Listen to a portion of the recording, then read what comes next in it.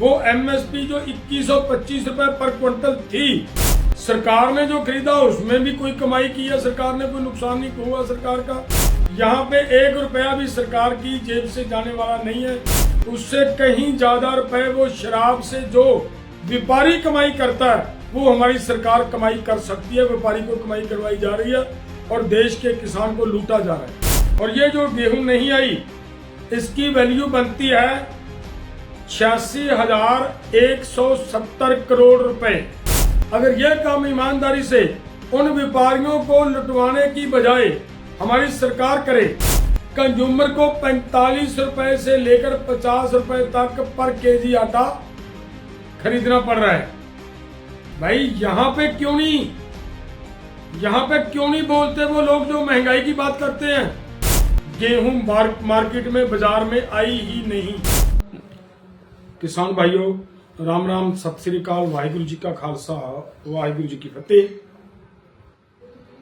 आज हम इस वीडियो के माध्यम से पूरे देश के किसानों के पास ये एक मैसेज पहुंचाना चाहते हैं कि जो हम एमएसपी की गारंटी का कानून मांग रहे हैं, या जो हम डॉक्टर स्वामीनाथन की रिपोर्ट के अनुसार फसलों का भाव मांग रहे हैं, उसकी जब बात की जाती है तो बहुत सारे तथाकथित बुद्धिजीवी और इकोनॉमिस्ट आगे आते हैं और इस बात का बवाल खड़ा कर देते हैं कि अगर एमएसपी की गारंटी का कानून दिया जाएगा तो भारत सरकार को लगभग 17.5 लाख करोड़ रुपया चाहिए होंगे।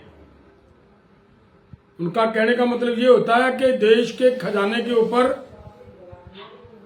देश की इकोनॉमी के ऊपर 17.5 लाख करोड़ रुपए का और बोझ पड़ने वाला है, ये कहते हैं और बहुत बड़ा बवाल खड़ा कर देते हैं। और पूरे देश के लोग, जिन बेचारों को इसके आंकड़े के बारे पता नहीं, इसकी सच्चाई के बारे पता नहीं, वो किसानों के अंदर और किसानों के प्रति अपने अंदर गलत परसेप्शन बना लेते हैं, गलत समझ बना लेते हैं कि भाई ये तो किसान गलत मांग कर रहे हैं। आज इसी के ऊपर चर्चा करने के लिए, कुछ बातें करने के लिए हम आपके सामने आए हैं कि देखिए 23 फसलों के ऊपर हम एमएसपी की गारंटी का कानून मांगते हैं। हमारा सभी फसलों के ऊपर हम बार बार चर्चा कर रहे हैं, हमारी टीम चर्चा कर रही है, विचार कर रही है बहुत गहनता के साथ।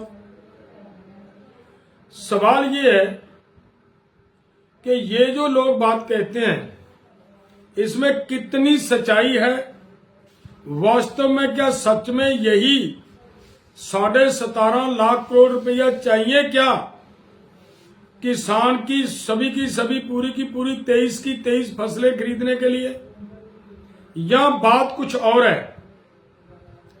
देखिए, किसी ने ये कह दिया, जो किसानों के खिलाफ बोलने वाले लोग हैं उन्होंने ये कह दिया कि 17.5 लाख करोड़ चाहिए।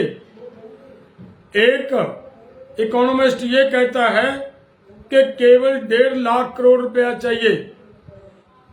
एक उससे भी आगे जाकर ये कहता है कि केवल 50,000 करोड़ रुपया चाहिए। और एक भाई ने तो उससे भी आगे जाकर कह दिया कि केवल 20,000 करोड़ रुपया चाहिए और पूरी की पूरी 23 की 23 फसलें की खरीदी की जा सकती है। अब इस वीडियो के माध्यम से आप सब भाइयों ने हिसाब लगाना है। जो मैं बात रखूंगा आपके सामने, तो उससे आपने लेखा जोखा अपने दिमाग के अंदर लगाने का प्रयास करना है कि क्या झूठ बोला जा रहा है, सच्चाई क्या है और झूठ किस तरीके से परोसा जा रहा है। किसान को मारने के लिए और किसान की जमीनें, किसान की जायदाद कारपोरेट्स को सौंपने के लिए किस तरीके से वो लोग किसान के खिलाफ अपनी बयानबाजी करते हुए ये बता रहे हैं कि 17.5 लाख करोड़ रुपया चाहिए। भाइयों, मैं जो आज बात करूंगा ये हमारे अपने से, हमारी कोई अपनी खुद की रिसर्च नहीं है या किसी और इकोनॉमिस्ट की कही हुई बात नहीं है। जो ये मैं बात रखने वाला हूं आपके सामने, ये हमारी ही भारत सरकार की 2020 2022-23 की जो गेहूं की फसल खरीदी गई है, बिकी है किसानों की, सिर्फ हम गेहूं के ऊपर ही आज बात करेंगे, बाकी फसलों के ऊपर बाद में चर्चा करेंगे। देखिए 2022-23 में गेहूं का उत्पाद कितना हुआ देश के अंदर। टोटल गेहूं 1105.54 लाख मीट्रिक टन गेहूं पैदा हुआ 2022-23 में। और ये जो 2022-23 में पैदा हुआ, इसकी वैल्यू कितनी बनती है? 2022-23 में कीमत कितनी थी? 2125 रुपए पर क्विंटल, ये उसकी कीमत थी। उसके हिसाब से अगर पूरी की पूरी फसल का हिसाब लगाएंगे, वैल्यू निकालेंगे, तो इसकी वैल्यू निकलेगी 2,34,927 करोड़ रुपया। मैं फिर बोल देता हूं, 2,34,927 करोड़ रुपया पूरी की पूरी देश की गेहूं जो पैदा हुई उसकी वैल्यू बनती थी। और उसके ऊपर अगर आप आगे विचार करोगे तो इन्हीं के ही एक सर्वे है सरकार का। इन्होंने एक सर्वे करवाया, इन्होंने एक स्टडी करवाई कि भाई देश के अंदर जितनी गेहूं पैदा होती है, कितनी लोग घर पे रखते हैं, अपनी डोमेस्टिक डिमांड के लिए यूज करते हैं। तो वो जो इनकी रिसर्च है, वो जो इनकी स्टडी है, वो ये बताती है, 2005 की स्टडी है, कि भाई 36.68% पूरे प्रोडक्शन का देश का किसान अपने घर पे खाने के लिए, अपने पशुओं के लिए, अपना आगे की फसल के सीड के लिए, कुछ अपने मजदूर भाइयों के लिए, कुछ और इस्तेमाल करता है वस्तुओं में।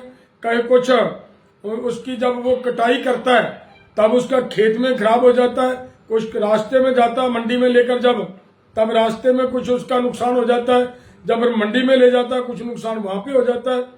ये पूरे का पूरा हिसाब किताब जब लगाया उन्होंने, तो उसमें ये निकला कि 36.68% गेहूं मार्केट में, बाजार में आई ही नहीं।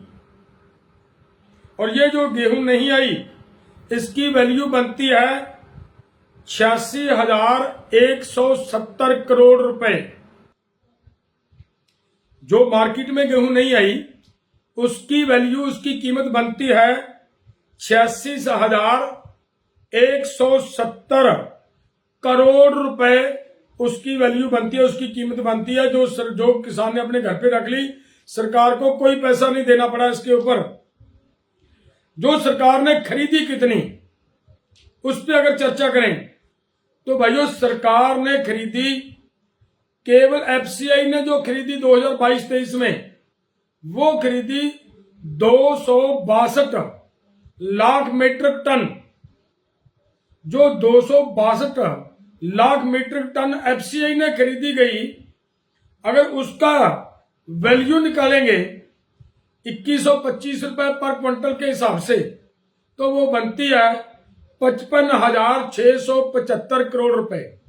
उसकी वैल्यू ये बनती है, जो सरकार ने पे किया देश के किसानों को, वो ये बनता है।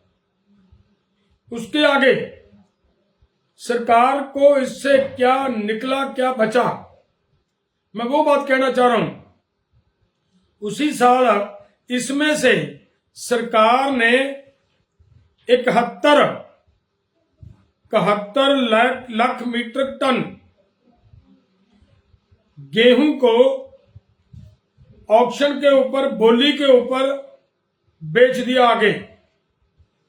वो जब बेचा जा रहा था, उसकी जो इन्होंने मिनिमम प्राइस तय की थी, वो एमएसपी जो 2125 रुपए पर क्विंटल थी, यहां से शुरू की थी कि इसके ऊपर इससे खरीदनी पड़ेगी जो खरीदेगा। इसका मतलब यह निकलता है इसमें भी कोई नुकसान नहीं हुआ। 71 lakh metric ton 262 lakh metric ton ਦੇ ਵਿੱਚੋਂ 71 ਲੱਖ ਮੀਟ੍ਰਿਕ ਟਨ गेहूं 2125 रुपए पर क्विंटल के हिसाब से ऊपर रेट पर बिकी इनकी। घाटा पड़ने का तो सवाल ही नहीं पैदा होता, सगों इसकी बजाय इससे कमाई हुई, इनकम हुई सरकार को, क्योंकि ये बहुत ज्यादा ऊपर रेट पे बिकी थी। तो मेरा कहने का मतलब क्या है, जब 262 में से 71 लाख मीट्रिक टन निकाल देते हैं, तो जो बाकी बचती है उसमें से कुछ गेहूं इनकी हर साल डैमेज होती है। जो डैमेज होती है उसका क्या करते हैं, सवाल ये समझने वाला है।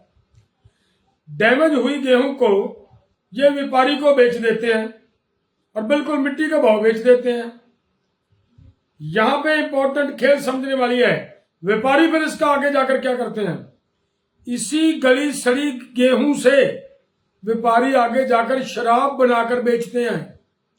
जब ये मिट्टी के भाव खरीदी हुई गेहूं को व्यापारी शराब में कन्वर्ट करके बेचते हैं, तो फिर करोड़ों रुपए उसी गली सड़ी गेहूं का वो कमाई करते हैं।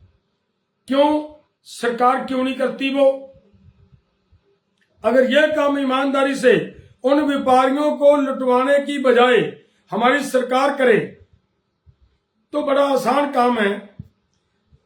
जितनी गेहूं खरीदने के ऊपर इन्होंने पैसा खर्च किया 55,675 करोड़ रुपया टोटल, हालांकि इससे 71 लाख मीट्रिक टन का पैसा अलग बेचकर कमाई अलग हो चुकी है।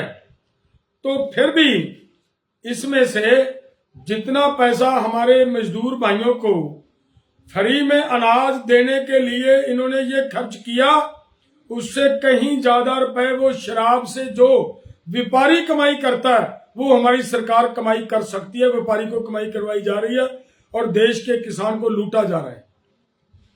आगे जो मैं दूसरी बात कहनी चाह रहा हूं, ये तो सरकार की खेल आपके सामने आ गई। यहां पे 1 रुपया भी सरकार की जेब से जाने वाला नहीं है। अगर सरकार वही गली सड़ी गेहूं की शराब खुद बनाकर देश के लोगों को सप्लाई करे तो। और उससे आगे मैं अगली बात कहनी चाह रहा हूं कि देखिए, जो एफसीआई ने नहीं खरीदा, इसके अलावा कुछ और, जैसे कुछ सोसाइटीज खरीद लेती है गेहूं, या कुछ और संस्थाएं जो सरकार की संस्थाएं वो खरीद लेती हैं। वो उन्होंने बताया उसी स्टडी के अंदर कि 9.5%, 9.42% गेहूं उन एजेंसियों ने, उन संस्थानों ने खरीदी। वो जो खरीदी वो टोटल बनती है 104.14 लाख मीट्रिक टन, और इसकी जो वैल्यू बनती है वो बनती है 22,390 करोड़ रुपए। ये भी उन संस्थानों ने खरीदी है। हुण इस तो अगे जिहड़ी बाकी बची, जो बाकी बच चुकी गेहूं है वो केवल 334.97 लाख मीट्रिक टन गेहूं बचती है केवल, जो मार्केटेबल है, मार्केट में बिकनी है, जिसके लिए हमारा देश का किसान एमएसपी मांग रहा है कि भाई ये भी खरीदो, लेकिन वो खरीदने से हमारी सरकार भाग रही है। उसकी जो वैल्यू बनती है, कीमत बनती है, वो बनती है 72,018 करोड़ रुपए। ये जो 334.97 लाख मीट्रिक टन बकाया बचती है जो व्यापारियों ने खरीदनी है, उसकी कीमत 72,018 करोड़ रुपए बनती है। अगर इसको ये व्यापारी ने खरीदी है तो फिर व्यापारी तो कभी भी उसको कम रेट पे नहीं बेचेगा। ये भी क्लियर हो गया। सरकार ने जो खरीदा उसमें भी कोई कमाई की है सरकार ने, कोई नुकसान नहीं हुआ सरकार का। तो व्यापारी का तो मतलब ही नहीं कि वो घाटा खाकर घाटे में वो अपनी गेहूं बेचेगा। अगर इसका भी हिसाब लगाकर देखेंगे हम, तो देखिए जो आटा बाहर भेजा जा रहा है भारत की तरफ से, वो है 1,28,000 शिपमेंट्स भेजे जा रहे हैं। एक शिपमेंट में कितना होता है ये भी समझने की बात है। एक शिपमेंट में कोई ये तो है नहीं कि 10 क्विंटल किसी बाहर देश में किसी एक शिप के ऊपर भेज देंगे, ये नहीं है। वो कंटेनर भरकर भेजेंगे, एक कंटेनर भेजते हैं, 2 भेजते हैं, 5 भेजते हैं, 10 भेजते हैं, 20 टन भेजते हैं, 50 टन भेजते हैं, 100 टन भेजते हैं, 1000 टन भेजते हैं, कितना भेजते हैं। वो शिप जाते हैं, वो जो एक बार शिप में जाता है उसको एक शिपमेंट कहा जाता है। और ये जो 1,28,000 शिपमेंट आटे के बाहर जाते हैं, वो तो सवाल ही नहीं पैदा होता कि बाहर आटा हमारी सरकार नुकसान उठाकर देगी या हमारा व्यापारी बाहर आटा नुकसान उठाकर बाहर देगा। तो इसका भी कोई तो की नहीं बनती कि ये हो जाए। तो इसका मतलब ये निकलता है कि भाई देश के किसान को लूटकर देश के किसान को लूटा जा रहा है। जो ये 334.97 लाख मीट्रिक टन गेहूं की जो हम बात करते हैं, वो सरकार खुद ना खरीद कर जो व्यापारी खरीदता है, व्यापारी यहां पे किसान को क्या कैसे लूटता, मैं वो बात भी क्लियर करना चाहता हूं। जैसे बिहार के अंदर, यूपी के अंदर मार्केट सिस्टम नहीं है, वहां पे व्यापारी दुकानों के ऊपर देश के किसान की गेहूं मंगवाता है, वो कम दामों पे वो खरीदता है। वो कम दामों पे खरीद के आगे वही गेहूं या तो फिर वो आटा बनाकर आगे बेचता है, या फिर वो सरकारी बोली के ऊपर, सरकारी ही रेट के ऊपर वो सरकार को भर देता है। वो जो डिफरेंस होता है किसान से कम रेट में खरीदना और आगे फुल रेट में, पूरे रेट में गवर्नमेंट को भरना, उसका जो अंतर होता है वो व्यापारी, अधिकारी और वो मंत्री मिलकर इसका बंदरबाट करते हैं। सवाल ये है भाइयों, देश के किसान को यहां पे लूटा जा रहा है। तो इस पूरी कहानी के अंदर आपको अच्छी तरह समझ आ गया होगा कि कहीं पे भी यह नजर नहीं आ रहा कि देश के किसान को एमएसपी के ऊपर खरीदे अगर, तो कहीं पे भी कोई अलग से पैसा खर्च करने की तो यहां पे जरूरत नजर नहीं आ रही। कहीं पे किसी को घाटा नहीं पड़ रहा। तो फिर इसका मतलब क्या हुआ? तो इससे आगे मैं एक बात और कहना चाहता हूं। देखिए, जो ये लोग बात करते हैं कि भाई अगर एमएसपी दे देंगे रेट बढ़ जाएगा, डॉक्टर स्वामीनाथन के फार्मूले से रेट बढ़ जाएगा, फिर मतलब महंगाई बहुत बढ़ जाएगी। मैं उस पर थोड़ी चर्चा करना चाहता हूं, वो भी मैं आपके सामने बात रखना चाहता हूं। देखिए, देश के किसान से जो गेहूं खरीदी गई उस साल, वो 2125 रुपए पर क्विंटल खरीदी गई है। और जो देश में कंज्यूमर को आगे आटा मिल रहा है, देखिए गेहूं से आटा बनाना है तो केवल 2-4 रुपए पर केजी खर्च आएंगे। अगर 2 रुपए खर्च भी आ जाते हैं पर केजी, तो फिर अंदाजा लगाकर देखें, 21.25 1 किलो गेहूं हमारे से खरीदी गई, 2 रुपए उसके ऊपर खर्च आया, 23.25 वो आटा बन गया। और वो 23.25 की बजाय कंज्यूमर को 45 रुपए से लेकर 50 रुपए तक पर केजी आटा खरीदना पड़ रहा है। भाई यहां पे क्यों नहीं बोलते वो लोग जो महंगाई की बात करते हैं? कंज्यूमर किस देश के किसान से 2125 रुपए में क्विंटल गेहूं खरीद ली जाती है और कंज्यूमर को 4500 रुपए पर क्विंटल के हिसाब से आटा बेचा जाता है। तो लूट तो यहां हो रही, यहां जो महंगाई हो रही है उसके ऊपर क्यों नहीं बोलता कोई? बोलने की जरूरत इसके ऊपर है, लेकिन इसके ऊपर सभी चुप हैं, सभी शांत हैं। सो मेरे भाइयों, इस पूरी कहानी में ये समझ आता है कि कहीं पे भी 1 रुपया भी सरकार को घाटा पड़ने वाली बात तो नजर नहीं आ रही। एक बात मैं और बताना चाहता हूं इसी के संदर्भ में। देखिए, 1 किलो गेहूं 21 रुपए 25 पैसे की है और 1 किलो बिस्किट 150 रुपए किलो का है। बताएं, गेहूं से बने हुए उत्पाद में कहां घाटा पड़ा? आटा बनाने में घाटा पड़ा, या बिस्कुट बनाने में घाटा पड़ा, या कोई और भी प्रोडक्ट बनेंगे तो उसमें क्या घाटा पड़ा? कहीं पे कोई घाटा नहीं पड़ता। अगर इससे भी मैं आगे बात करूं, गेहूं से जब मैदा बनाया जाता है तो उसका ऊपर का जो छिलका उतारा जाता है वो अलग पैकिंग करके, छिलका भी वेस्ट नहीं जाता इसका, वो अलग पैकिंग करके पशुओं की खुराक में बेच दिया जाता है। और वो जो उसका मैदा बनता है उसकी कीमत तो ना 50 रहती है, ना 25 रहती है, ना 45 रहती है। उसकी कीमत तो फिर कहीं की कहीं बढ़ जाती है।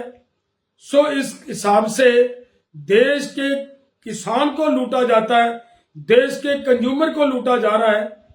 तो लूट कौन रहा है? हमारी सरकार मीडिएटर्स के माध्यम से, व्यापारियों के माध्यम से देश के किसान को और देश के कंज्यूमर को लूटने और लुटवाने का काम कर रही है।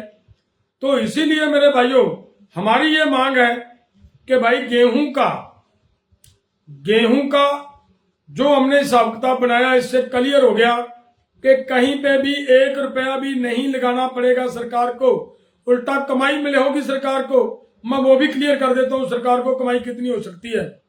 देखिए, हमारे देश की सरकार बाहर से पाम ऑयल मंगवाती है 1,38,000 करोड़ रुपए का, और बाहर से जो पल्सेज मंगवाती है, दालें मंगवाती है, वो मंगवाती है 31,000 करोड़ रुपए की। जितनी दाल मंगवाई जाती है, जितना पाम ऑयल मंगवाया जाता है, अगर दोनों को मिला लेते हैं तो लगभग 2.25 लाख करोड़ रुपया केवल बाहर से पाम ऑयल मंगवाने पर और बाहर से दालें मंगवाने पर हमारे देश का बाहरले मुल्कों में चला जाता है। अगर देश के अंदर किसान को ये लोग एमएसपी की गारंटी दे देते हैं, भारत का किसान इतना सक्षम है कि वो देश के अंदर कहीं भी तेल की कमी नहीं आने देगा। वो सरसों पैदा करेगा, वो सूरजमुखी पैदा करेगा, वो तेल बीज पैदा करेगा, वो तिलहन की खेती करेगा। इसी तरह वो किसान जब उनको पूरा रेट मिलेगा वो सभी प्रकार की दालें पैदा करेगा। और बाहर से दालें जो मंगवाई जाती हैं, बाहर से जो पाम ऑयल मंगवाया जाता है, उसको अगर सरकार बंद कर दे और 2.25 लाख करोड़ रुपया देश का रुकेगा और देश के किसान को हमारे जो अलग अलग तरह के हमारे बुद्धिजीवी, हमारे इकोनॉमिस्ट, जिन्होंने ये क्लियर कर दिया कि केवल 20,000 करोड़ रुपए से ही पूरी सभी की सभी फसलों की एमएसपी दी जा सकती है, तो फिर तो बड़ी आसान बात है कि 2.25 लाख करोड़ में से अगर 20,000 करोड़ निकाल भी दिया जाए तो लगभग 1.5 लाख करोड़ रुपया सरकार को एक ही फसल में, एक ही साल में 23 फसलों के ऊपर अगर वो एमएसपी दे देते हैं, सभी खरीदने का वायदा करते हैं, काम करते हैं, तो एक ही साल में 1.5 लाख करोड़ रुपए का सरकार को फायदा हो सकता है, मुनाफा हो सकता है। एक बात सीधा अगर गेहूं के प्रोडक्ट बनाकर बेचे सरकार तो फिर तो बड़े न्यारे हो सकते हैं। जैसे मैंने पहले कहा कि वो जो गली सड़ी गेहूं जिसकी शराब बनाकर व्यापारी बेच रहा है और वो अपने वो मालामाल हो रहा है, वो धनी होता जा रहा है, अगर वही काम हमारी सरकार करे तो वो इनकम, वो पैसा सरकार के खजाने में आ सकता है, देश का, सरकार का भी कर्ज उतर सकता है और देश का किसान भी समर्थ हो सकता है, सक्षम हो सकता है और देश का आम कंज्यूमर की भी लूट रुक सकती है। क्यों मैं लूट रुकने की बात करता हूं? अगर गेहूं के ऊपर एमएसपी तय होती है तो आपने कभी नहीं देखा होगा कि गेहूं का आटा 100 रुपया पार कर गया किलो, नहीं होता।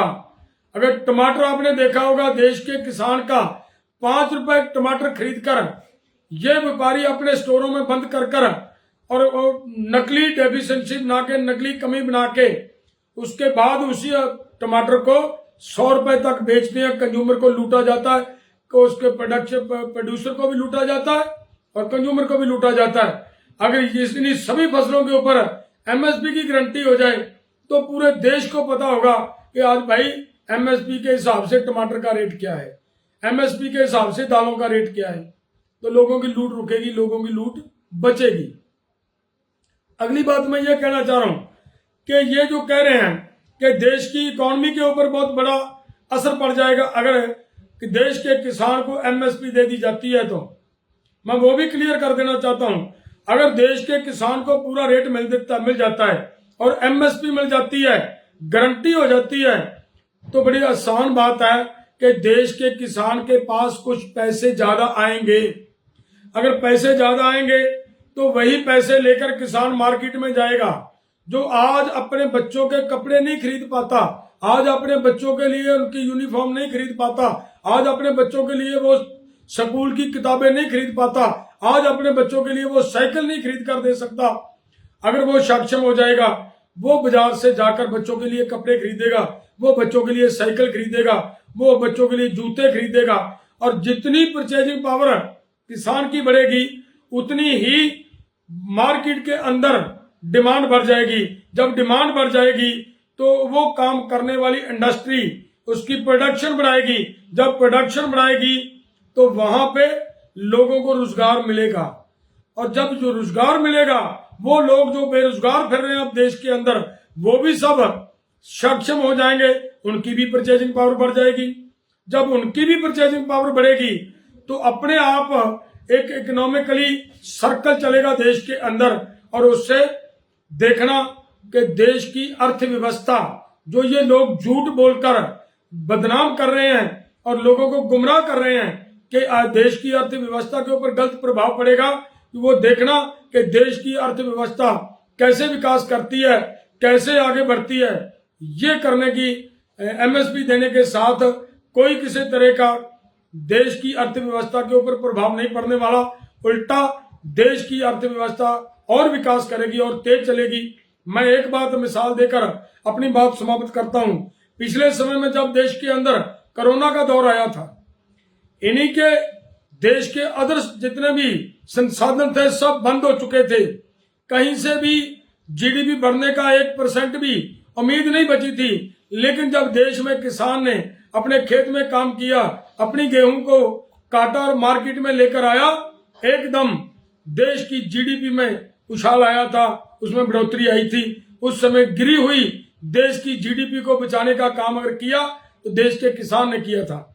सो ये मैं कहना चाहता हूं, आज की वीडियो का मेरा मतलब यही था कि देश के किसान को केवल लुटवाने के लिए, कारपोरेट्स के हाथ में देश के किसान की जमीन देने के लिए ये षड्यंत्र रचे जा रहे हैं कुछ लोगों के माध्यम से।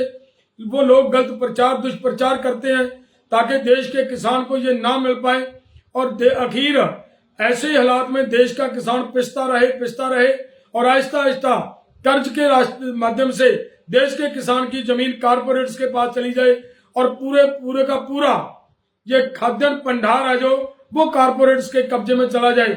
और वो कारपोरेट्स के कब्जे में जब जाएगा तो फिर देखना कैसे लूट होगी। वो भी आपने देखा तो होगा लेकिन ध्यान नहीं होता। एक किसी भी कारपोरेट के मॉल के अंदर मक्की की छल्ली खरीदने के लिए चले जाइए आप। जब वो छल्ली खरीदोगे तो वो 70 से लेकर 100 रुपए तक एक छल्ली की कीमत होगी। लेकिन दूसरी तरफ देश के किसान की जो मक्की है वो 20 रुपए किलो मिल जाएगी आपको। उनकी छल्ली 70 से लेकर 100 रुपए तक मिलेगी, जिसके ऊपर केवल 100 से 150 ग्राम दाने होंगे। लेकिन इधर देश के किसान की जो मक्की है, जो देश के किसान ने उत्पाद किया, पैदा किया है, और वो केवल 20 रुपए किलो मिलेगी आपको। ये करने वाले हैं ये लोग, कारपोरेट्स के कब्जे में खेती देकर आम लोगों के हाथ से, आम लोगों की पहुंच से ये अनाज छीनने का काम कर रहे हैं। जो हमारे देश के किसान की बात ना सुनकर ये देश के किसान के साथ केवल अन्याय नहीं करते, ये पूरे देश के लोगों के साथ अन्याय करने का काम कर रहे हैं। हमारा निवेदन है कि पूरे देश के लोगों को इस आंदोलन का साथ देने की जरूरत है। सभी मिलकर आओ, इस आंदोलन का हिस्सा बने। बहुत बहुत धन्यवाद। वाहिगुरु जी का खालसा, वाहिगुरु जी की फतेह।